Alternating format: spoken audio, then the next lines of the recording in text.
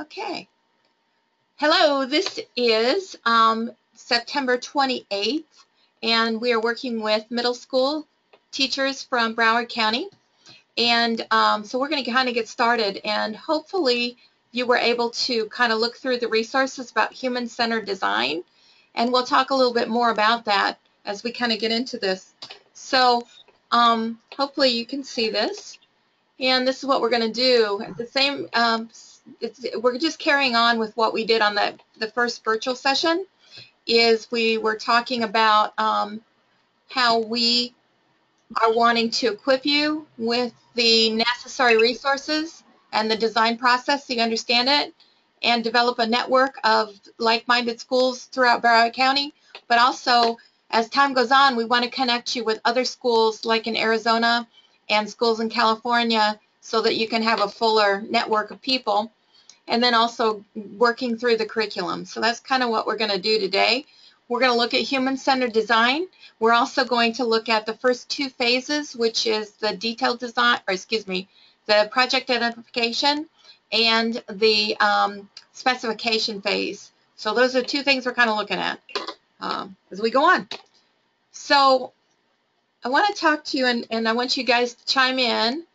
So EPICS, and we talked about this before in our session, it is a design-based service learning model, which means that it is about the students using, not just being given ideas to work with, but they design their own, and they come up with their own ideas, and they pull it through fruition by using critical thinking and problem solving to come up with their own ideas. It's real design, and it's not just something that is not authentic. It is authentic, where the kids are actually coming up with their own projects with your help, and we'll talk more about that, along with helping them to pull it together in in your school setting or in your community. It's a collaboration with students, community university, and project partners, and it aligns to the next generation science standards. Human-centered design is a process and a mindset, and hopefully you kind of look through some of these videos that were on the web about what it is. So with human-centered design, can anybody, either one of you, tell me what you think, or Sheila, tell me what human-centered design is? When I was looking for that. Okay, and if you want to, I think you should have a GoToMeeting on the right-hand side. I guess I should have done this before, and it's got your the people who are talking, the chat, and what will happen is you look at the picture, it will outline it if you've not used GoToMeeting. And if you want to talk, if you just put your finger up, that will help for us to, so I can say it so that we know. So, Ms. Zazura, can you tell me say your first name again? Haushnef. Haushnef? Yeah. Haushnef. Okay. Do you want to explain? Go ahead. I go by Azula though, so it's fine. Azula? Okay. Azula is your first. Okay. What human-centered design is? Yes, please. I think it's basically taking the mental concept, putting it out in draft form, constructing it, reevaluating it, and then going back to the drawing board and fixing what you have. So it's constantly making you think cognitively. Okay. So how do you get your information when you're doing that? Or how will the students get their information? As a teacher or as a student, I'm not sure I understand the question. As a designer. So like if you're an engineering designer, because this process works whether it's in business or whether it's a student, how do you get the information that you're going to need to redesign and to pull it back together? You have to create some form of prototype or example that they can build and actually measure and see if it works, the functionality of it, is it logistical. If it isn't, then you have to redesign the whole process. Okay. So, Sheila, do you have something you want to add to that? Well, I was just thinking too that the human-centered design, so what the students are working on is specifically to benefit someone in their community. Exactly. Yeah, that's it. And Azula had it exactly with what you do. You're continually going back and you're taking that prototype that you've built, that the students have built, then you go back and you talk to your stakeholder or the person that you're working with to say, okay, what do you think? Do you think, what pieces do you like? What parts are there that work? And so that's where you get your feedback, which drives your project. So that's about human-centered design. And it is a mindset. It's not merely that I know that this is what they need and I've tested it. You go back and you're asking them. So it is about them doing it. So that's it generates new ideas.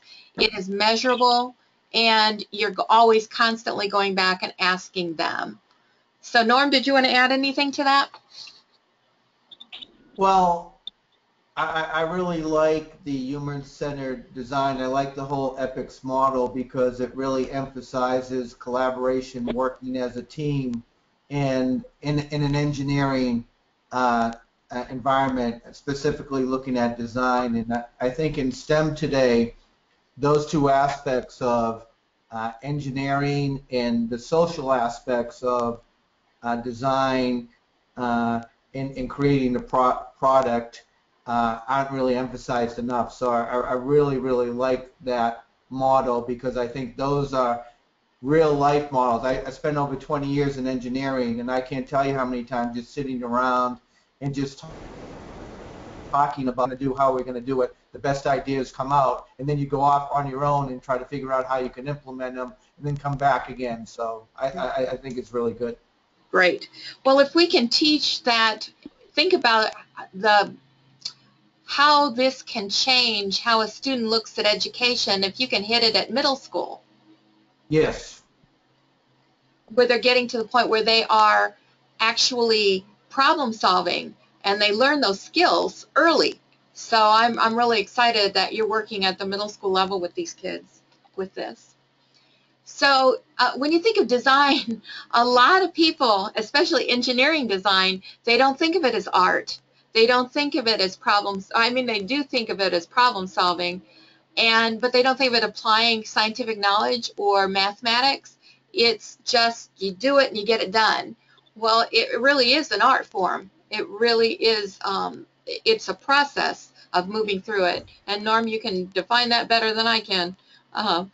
But it is that design is a social process. It's not merely that one person sits down and figures it out. It's continually talking and working it out with others, which is what Norm brought up about that social process and the collaboration that goes into it. One other thing that I really liked about this definition is it talks about, oh gosh, I messed it up. It's negotiated, and I never thought of it being negotiated, and hopefully you can see that definition on the board. But it is a negotiation, not only between the people in the team, but also with the stakeholder. So it's a very interesting process.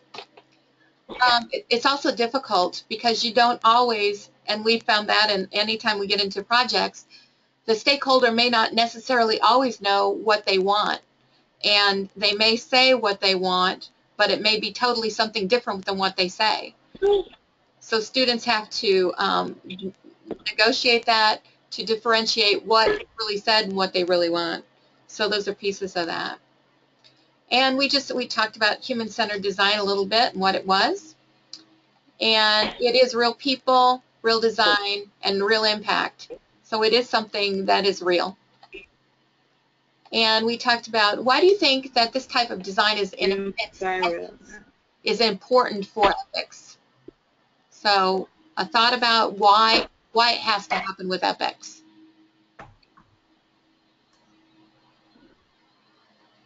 Anybody want to jump in? Well, let me give you a kind of an example, if I can. We've talked about how of writing curriculum where it is a stagnant process, where it is you're teaching kids how to do an app, say an app, creating an app. But if you do that it goes intuitively with what human-centered design is, because you don't have somebody that needs it. So why do you think that human-centered design is an essence of EPICS? Any thoughts on that? Isn't the foundation of your program particularly teaching students the process of thinking in engineering?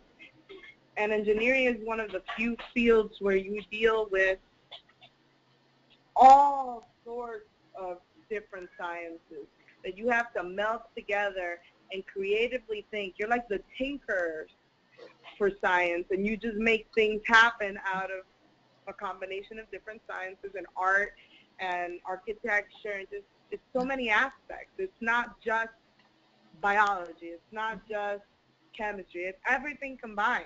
You need to know a speckle of everything. That's great. That's a good piece of it. Yeah, good definition. Sheila, did you have something you were going to add about that? Well, I was looking at its community-based design, so it's really looking into the community and how the students can help within the community, and so that's what I'm taking EPICS with. So they've got that human-centered, but then it's community-based, so they're reaching out to the community and understanding where they live. Great. Norm, do you have something you want to add to it?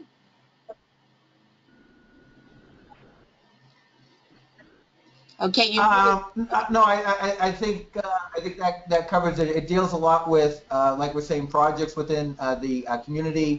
We're dealing with stakeholders. There is a lot of interaction. And for instance, customers a lot of times don't realize exactly what they want or what they're willing to pay for. And as things evolve, they can change their minds. Is this going to take, with all the constraints? How long is it going to take? How much it's going to cost? And what all the different features are? Mm-hmm. And a lot of times they're willing to give up certain features because they're too expensive or they'll take too long to develop. And, so there's a lot of interaction. Sometimes there's conflict. Sometimes, it's, reciprocation. So there's a lot of things that are going on and continue to evolve until everyone sits down and looks at the completed product and agrees that, this is what everyone wanted, to begin with. Great. And then one of the things that I like about EPICS is that the human-centered part of it begins clear at the beginning and it happens all the way through, so you don't get all the way down to delivering a product without having talked to the stakeholder. So you don't spend a lot of time and spinning your wheels to come up with something that doesn't work. And hopefully you've had a chance, and if you haven't, I hope that you'll look at the video and we looked at that video at during our workshop with the kids from Nazareth Academy and all their different prototypes. It's a riot to watch them and how they went through so many different designs before they actually figured out and internalized what the guy really wanted. So it's just a really neat video, and watching the kids process this design. So it's pretty cool. Yeah, the customer in the design I thought was terrific because he was very clearly communicated to the kids what he thought was good and what wasn't. And there's nothing more frustrating than dealing with a customer who doesn't really know what he wants or is not very open and doesn't communicate very clearly what this is. So at the beginning they said, well, we tried this, and he came back and says, no, that's terrible, I don't want that. Well, that's good. That's good, because now you have to take off and do something different. So I really loved hearing the kids talk about it. It was terrific.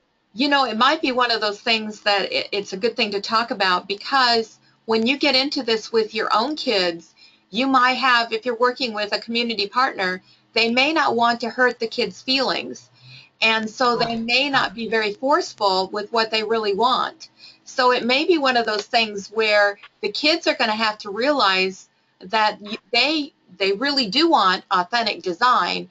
So they need to ask those delving questions. And so a lot of that is written into the curriculum, so we'll talk more about that. but how they interview and really ask questions that will help them, and try to get them to be really honest with them.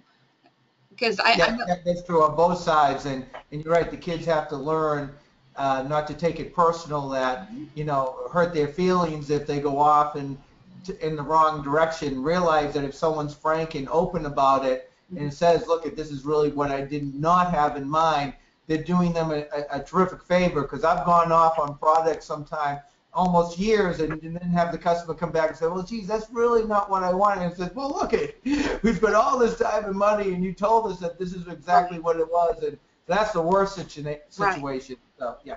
Exactly. So yeah, it's better to be brutally honest and say, absolutely not, this is not what I want, which is I think what Jim did in this video. It said, I really don't like this at all. Yeah, yeah, yeah. And I thought that was great, even though it was kind of a shock at first, like, whoa, and the kids were fine with it, they really handled it well, I thought. Well, we got to talk with them this summer when we had our workshop, and we were doing it virtually, and we said, did you have a problem with this? And they were saying, yeah, we really did. We did not like that we had gone through this whole process and then to find out that you really didn't like it. So they were, and I said, well, how did you deal with that? And they said, well, after we calmed down and after we started to figure out that this is what he really needed, then we were okay with it. But they had to process that it's kind of a rejection of their ideas. So they had to process that. And it's something to remember as a teacher, that you're going to have kids that their ideas are rejected. And that's not a norm in education today.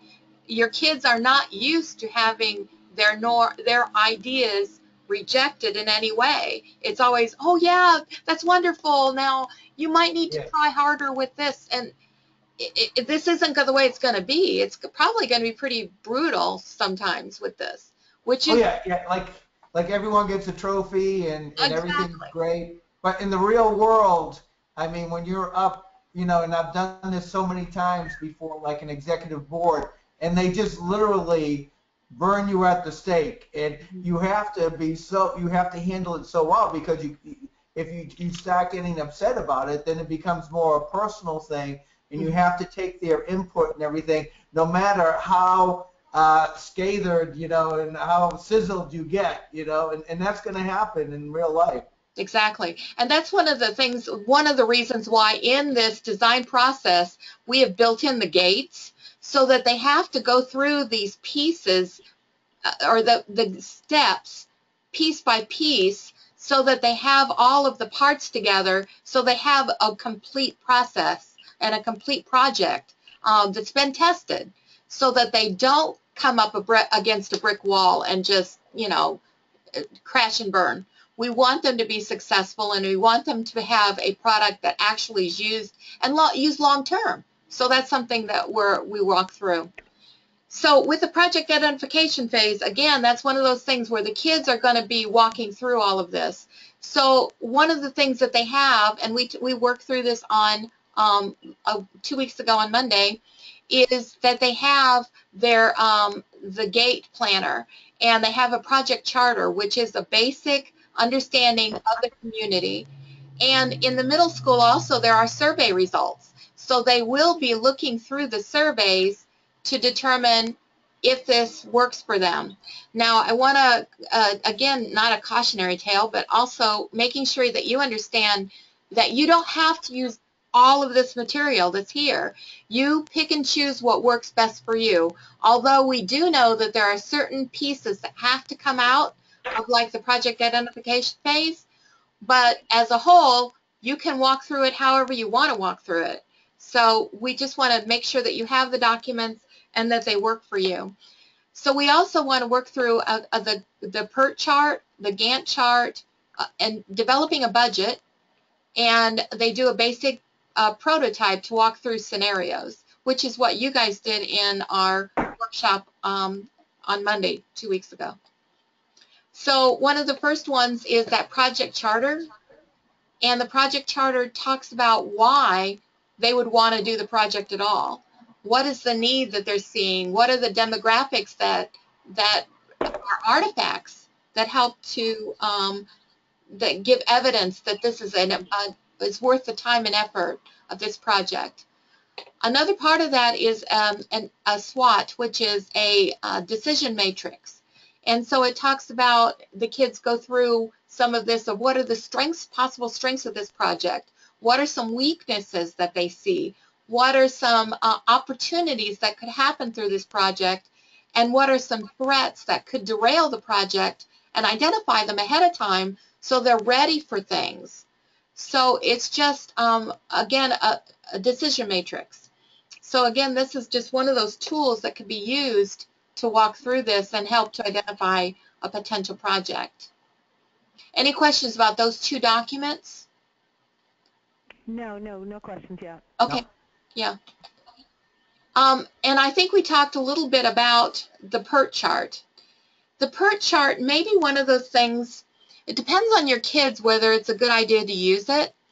The point of it is so that the kids can see that there are multiple steps that can happen with this project, but there are certain pieces that have to happen in sequence to be able to get the project to fruition. So it's important for them to identify what are those important steps.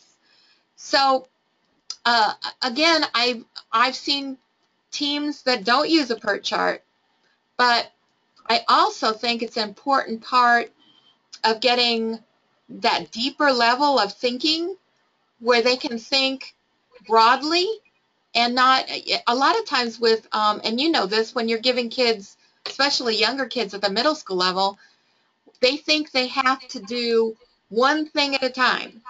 And they don't realize, even the college kids don't realize that you can do multiple things, give multiple pieces of the project so that you can move it along. It's an interesting dynamic. I guess it's because I'm older and I understand that part of it, but kids and people don't always understand. Younger people don't necessarily understand that you can have different parts that happen at the same time. Do you have any experience with that when you're trying to get kids to walk through projects? Well, I mean, starting back on my own experience with Microsoft Project, always use that. And of course, the PERT charts and the critical path. I mean, you did not want to be in the way of the critical path. You had to move out of that. You had to get something done. If you were blocking other tasks from happening, or if there was concurrently multiple tasks that you do at the same time, I mean, that's all critical. That's all important part of project management, certainly.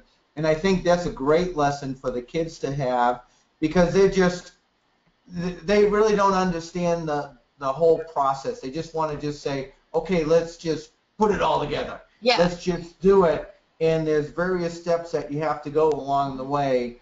And I think the PERT chart is an excellent way in which you can show them, hey, this is where we start. These are all the interim steps. Now there's a couple of things that we can do together here that don't have to be done in a serial manner.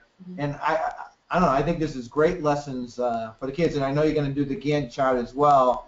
So they have to really understand these things in engineering. They're just centerpieces of project management, and we're all engineers have their feet held to the fire, so to speak, to make sure that they understand the project and we're singing from the same sheet of music, And it's, well, what I see is that there's a lot of activities in engineering, but it doesn't necessarily teach the kids how to think sequentially nor horizontally and vertically at the same time.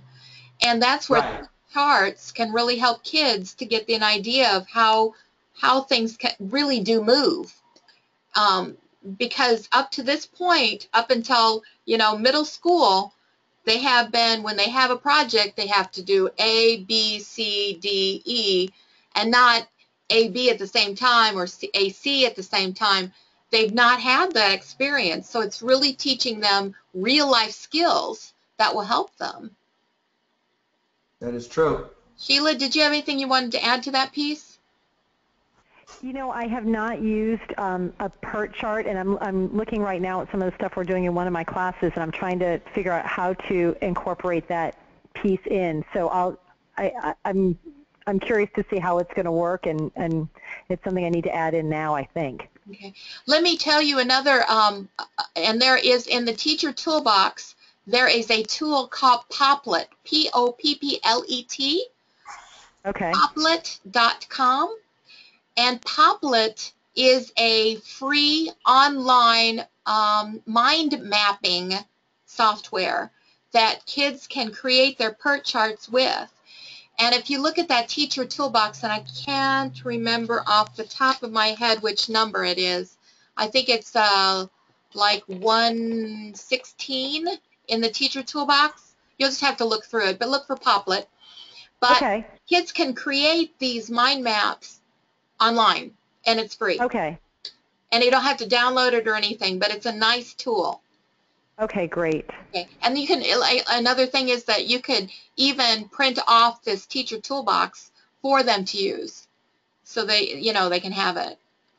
So I just want A lot of times the curriculum maps are set up with PERT charts. So if you look at what the kids can take in math, whatever, you'll see the curriculum is there, and it's just set up just like a PERT chart. See what they have to take before one subject. So they go different paths. And okay, they've got to take, algebra, and then they've got to take geometry, algebra 2, and pre-calc, or they could take the other path. So it's established, like maybe teachers would be more familiar understanding that. Great. Right, it's just having the students use this concept now. We use it, but having the students use it is what I know we haven't done in our class yet. Yeah.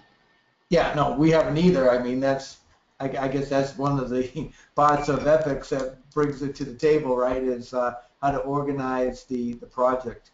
Well, and that seems to be one of a lot of people have been doing a lot of service projects or service learning, but they don't have the framework. And that's the piece that EPICS gives, is this framework, or kind of this, the base, so that it's easier to walk through a project, so it's not so overwhelming. We don't want it to be overwhelming, and we want kids to be able to come off with a project that is an actual something that serves. So a couple of other pieces in this is the community partner information and the project partner. So it talks about the two pieces of that. The project partner and the community partner may be two different people. It may be the same. So if you were, I'm going to go back to that video from Nazareth. The project partner was Jim. The community partner was Mid-America Service Dog. So kind of getting those understandings so that kids get that that's how it kind of works sometimes. But it could be one person, but so that they have that information. So if you have the same person as a project partner, community partner, don't do both these documents. Save yourself some time and effort and just move things along. But I wanted to make sure you understood that piece. Again, the documentation, you have your Gantt chart, which is what we've done is it is a link to our Dropbox so that they can download the Excel document so they can use it. And they would probably use the Gantt chart and the budget form as one document throughout the whole project and just continually updating it. They don't have to create new ones all the time. So this is something that they can save, and it even has in here the formulas are written in so that the kids can keep track of their projects and the budget and their expenses all on this document. So it's all I have a quick question. Sure. I'm sorry, I don't mean to interrupt. No, please. I see all these little things.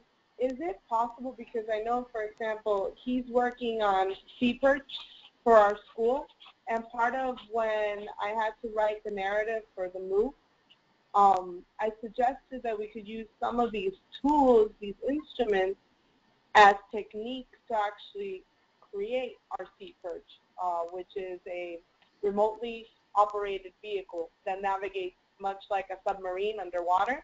Okay. So is that allowed? Can we do that? Can we use some of these? For example, the NUN chart that keeps track of what you're spending and what you're going to be purchasing in order to do these other activities? Certainly. The only thing that we ask is that these are copyrighted as epics, so just don't change the name out of being epics. That's the only thing that we would ask. But it's still serving the community, right? Right. So Because it's still serving in an activity that deals with community partnership. certainly. Is that acceptable? Of course, of course. Yeah, that's not a problem. We would like you, again, that's another part of this. We would like for you, as you are developing these projects and so forth, I mean, I guess it's an ongoing project that you're already doing, correct? Is that correct? Yes. Okay. It is a project that we've been working on since last year. Okay. And continue to work on because it's a competition I see. that goes from regional to I need to answer the phone. I hope I don't lose you, but I'm going to answer the phone to Sure. Bob. Not a problem. Thank you. Yeah. But we would like to, you know, as you develop, if you use our curriculum and you use these documents and so forth, we really do expect that we stay true to epics and that it is a project that does help the community, but it's also branded as epics. So that's the only thing we ask. And then there are rubrics throughout this so that everything can be graded. So this is the rubric on the presentation for the first, the project identification phase. So it's all in there. The specification phase is the second phase. So I kind of moved through into that, but it's not, the goal is to what is needed, not necessarily how. So they're starting to figure out that there is something that has to happen, and they haven't figured in, we don't really want them to get to the point where they're singly focused on one solution. We want them to start figuring out how this is, or how this is going to come together and the what is going to happen. So they know that maybe they're going to develop a backpack is the what. Then they start figuring out what is needed in that backpack. So they're trying to figure out specifications. So, and then figuring out how it's going to be tested. So those are the pieces that come out of that in that, the specification phase. Again, the project charter is continuing to be modified throughout this. There are also personas and scenarios that are developed so the kids have a better understanding of who the people are and what the situation is. So they develop the scenarios and the personas. Okay. Okay? You can all hear me again? Huh? Pardon me? Sorry. You're good. Yeah, I didn't lose you. That's good. You're good. And then the specification documents where they're really starting to pull in, like if it's a backpack, they know that they have to have, they want a specific zipper on a part of that. So that is something that's going to have to be tested. How are they going to sew it in? What are the materials they're going to use on a backpack? You know, all of those really specific things, and then it needs to be tested. So the testing will come along throughout this as they develop the prototype. Norm, did you have a question or a thought about all that? I mean, he is the one that makes it happen. What'd you say? No, I'm just thinking about how to frame that and fit that in the epics, you know, brand and yeah. I mean, yeah, they're all this is all project management and things that has to be done early on. So yeah, I'm good with this. Yeah, you're still trying to think of how to put it together with what you're already doing, right? And that's okay. Right. That's a part of it. But I mean, I know we can do it. I'm just, you know, the gears are starting to move a little bit here. He's multi-managing a lot of projects. And he has me to blame. I'm so sorry. No, well, that's all right. That's all right. I'm enjoying it. When I was teaching, my principal said once, he said, get comfortable with being uncomfortable in education. And that seems to be the truth of it, is that once you start to get comfortable, something's going to come along and just blow it out of the water. So just get used to it. And then, Ms. Azua and Norm, I have a question. So are you thinking of using the EPICS models for your Sea Perch project? Is that what I was hearing you say? That's correct. Yeah, that is actually what I documented as part of our narrative when we submitted the MOOC. And by the way, did you receive the MOOC? Because I sent it into the secretary. Did they forward it to you? Did they, ma'am? Are you talking to Jean? no, talking to Yeah, Sheila. I am. Are you talking I'm to Sheila? talking, no, to you. To me. Sorry, go ahead. Yes. Did you receive the MOOC that I sent?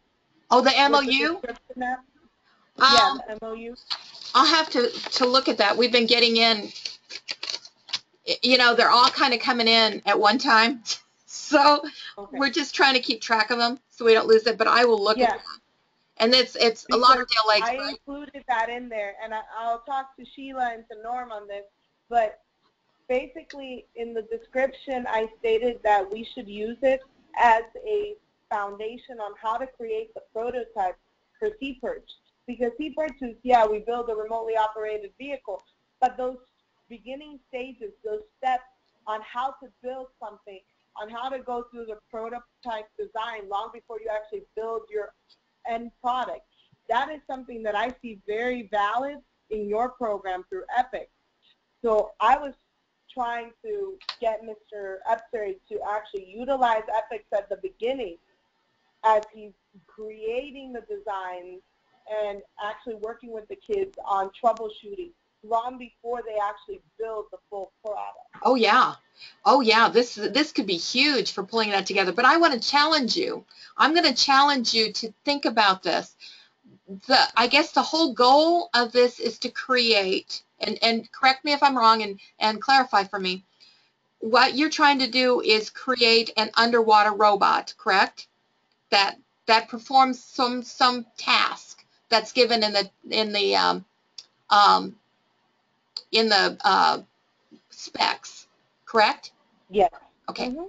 The question, and this might be something that could put you into another category as far as winning this competition, is if you look at some specific need in your community, could this be a robot that could be used for retrieval of, you know, if something used by EMTs to look for cars that have gone into retention ponds? Is it something? Yes, Norm. Well, yeah, my idea on that, and just piggybacking on what Mrs. Zhu was talking about, is we had a tragic accident last year where one of the, there's four students, and they're all in the STEM club. Their father and an uncle drove into a canal, and they found them later. So I think what we could do with this, and I think the kids would directly relate to this here, is use that underwater vehicle and mount some cameras with it so you could go into a canal. You wouldn't believe how much searching gets done in all these canals with missing people, and they find people all the time. Just think if you could have some sort of vehicle that preliminary-wise could go into the canals as part of a search and rescue effort. Exactly. I mean, I think that would be an excellent idea. And that way you're hitting scenarios and personas to begin with. Oh, yeah. Oh, yeah. And it happens. I can't tell you how much, unless you're from Florida, you hear it on the news all the time and everything. It could really benefit the community if they could use something like this. So I think there's a lot of room in there to go ahead and to use the underwater remote vehicle there. And mounting a camera on it, you know, isn't some Herculean task, but it really adds to, you know, how you could use it and, you know, record and scan and everything else. I think it's terrific. I think we could really launch this. Yeah. I think that, yeah, Actually, it's an excellent idea. And it's just giving you a richer experience with this competition. Yep. Yep. And actually, the person that they want you to collaborate with in Puerto Rico, she actually already started doing that. That's how she won last year at the national level. Yeah, you told me they've got the hand that comes out and Yeah, and on top of the camera. on top of the camera. Yeah. Oh, they have. So you got a camera and a hand. Have they been using the camera, or would that be our part of it? Did they use the camera? Well, we can attach a camera. I mean, Yeah. everything has to be under $20. Remember, those are the parameters. Okay. It'd have to be a very inexpensive camera, but we could do that. But you bring in the history of your students. Is Yeah. a huge piece that would put this at another level. It's a whole real life application. Exactly. That really hits kids. Yeah. Oh yeah, they could really relate to this. They'd love that part of it. Yeah. Yeah. Yeah. Well, good. And here's another thing let me go on with, oops, I go back. Also, another part of this is looking at prior art. They are looking at what is state of the art, what is already out there. So they could already be looking at this. Another part about this project management is because this is going to be a pretty involved project, you may have, different teams working on different pieces of this project, just like they do in industry to build your robot. Yeah, Norm? This could be big. This could be really big. Good. I'm so happy he's happy. This could be it. He's happy. Yeah.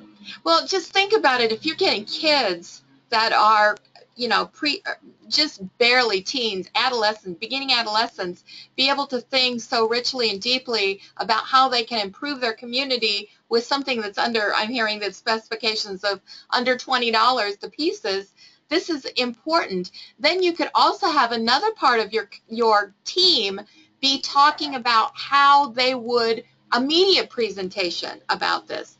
I know it may not be the building of design, but it's still design. They are still designing the media pieces of this. They are still designing how they're presenting it to the community. That entrepreneurship, there's all kinds of pieces of this could make it so rich with all kids having a part of it. So it's huge. Another part of this is at each part of the design process, I keep moving this forward, there is a project progress checklist. So the kids are working through what are the pieces they need to have to make it through to the next phase. So it keeps them on track with the process. So these pieces are all there. Again, the documentation, again, is the project charter, which we already talked about, and how it's continually being updated.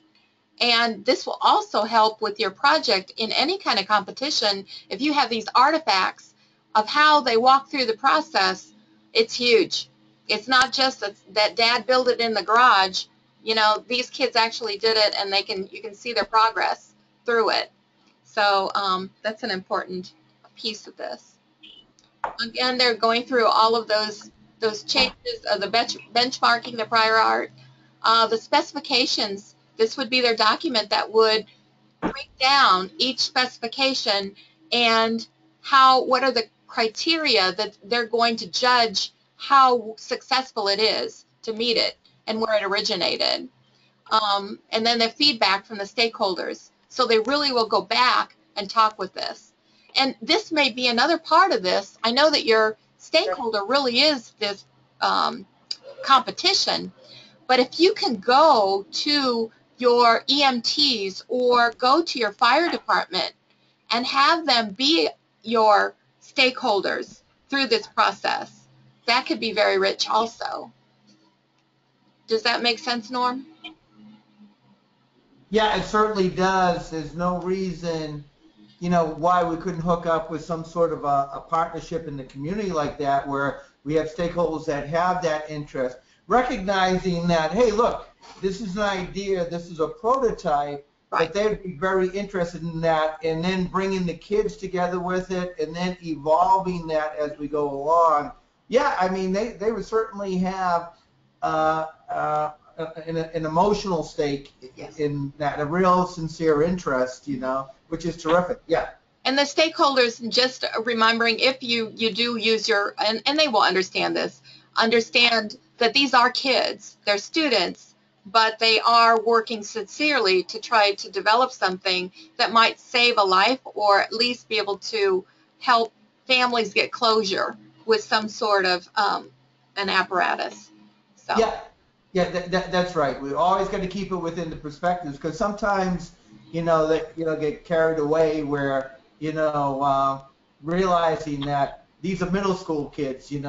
There's only so much math and science that they've actually taken to this point. We're not going to do anything with field theory or anything like that. Sonar, that we're going to leave that to the college kids. But another thing that we can help you with, if there are specific things that you would like to have an engineer talk to, if you can give that to us, we can get like a Motorola person to do a virtual, or even one of our professors who's a materials person, or any of our people, or any of our students. We could have them give feedback to you and to your kids. So it's just something to think about as you're getting into this. No, that would be a great resource to have, without a doubt. And I'm sure there's going to be a lot of material issues that are going to be, complex. While thinking about it now, it's not going to be a big deal. It is going to be a big deal. Yeah, that'd be terrific. But that's one of those things. Since we could do a go-to-meeting like you're doing now, where the kids present to to a materials professor or somebody that does it, and they can get feedback from them. Oh, that'd be great. That would be just terrific. So we just need to set that up like a couple weeks ahead of time that you would need it, and then I'll go around going, hey, can you help me out at this time? And we'll get that working. So we can do that. Great. Okay, we're almost done here. And there's your project. This is in the second one where you have your specifications. So it's talking about the team has demonstrated a strong understanding of the project partner. So your project lead is the person who, and we talked some about how to structure this, but you have a project manager that kind of helps you as the teacher be able to pull this together. So that person is kind of like your right-hand person. They're keeping track of what's happening in all the different teams. And then you have a project lead, a team lead, who leads that, and then you've got the other parts down underneath it. And that's so that helps to, you've got your a web developer or somebody that's looking at materials. You've got someone that is the web designer materials, and I forgot the fourth one. Oh, the project liaison. That's the person that is working with the community, making sure that not everybody's bombarding that one person. So there's one person that's looking at all of that. So, but those are your project approvals. And then you've got your, again, rubrics that are all throughout the thing. Okay, any questions about the specification phase? Because we're about done for today. Any questions about any of that stuff that we kind of went through? The project identification, the specification phase?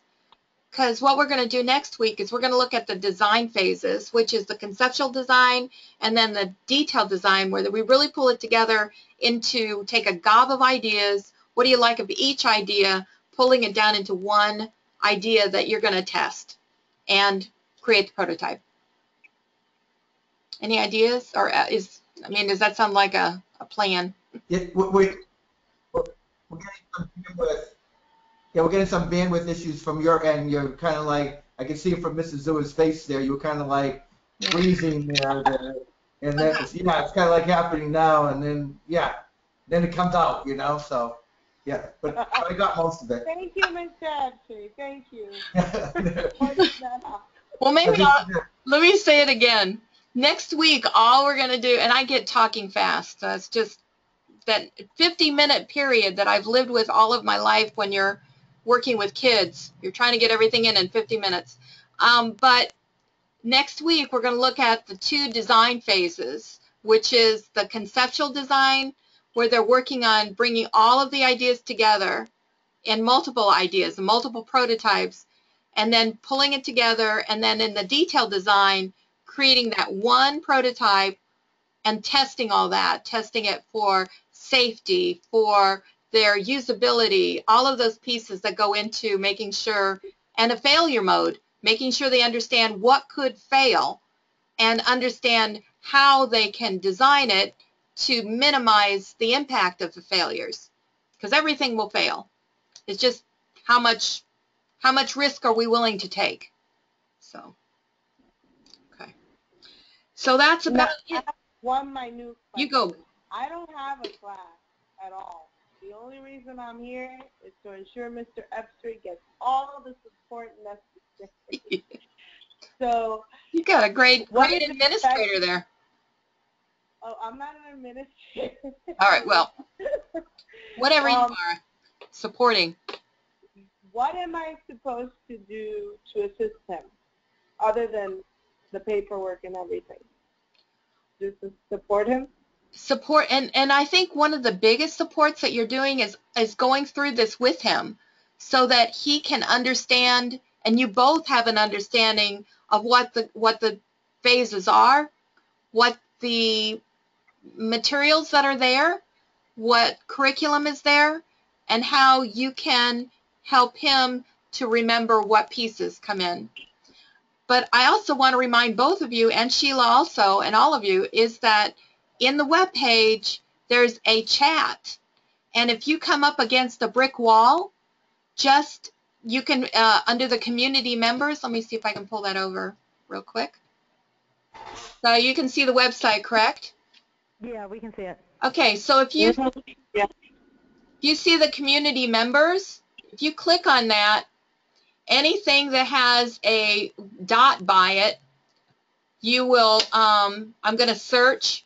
So right now I'm going to search for Norm. So I'm just going to put Norm in there. So I'm going to search. I'll be able to find his what do I say, his profile. Oh, look at that. He has a picture. And there he is. Man, he is on it. So if I wanted to talk to Norm, all I'd have to do is, you see the chat now? So if I click there, and you see the green dot anytime, I can talk to Norm. Actually, I look bad, man. I haven't done any of that. You need to. So hopefully he just got the chat, and you should see up on the right-hand corner, you see message. And so anytime that you're finding something that you need, message me. There's no problem with that, because I'm on this puppy all the time. You know, looking at this isn't right, change this, change that. You know, I am fallible, believe me. And so I keep going, gosh, did I really do that? So I'll take it apart and put it back together, put it in. So that's one of the pieces of this, is it's always real. There he is. I'm here. Super. Yay.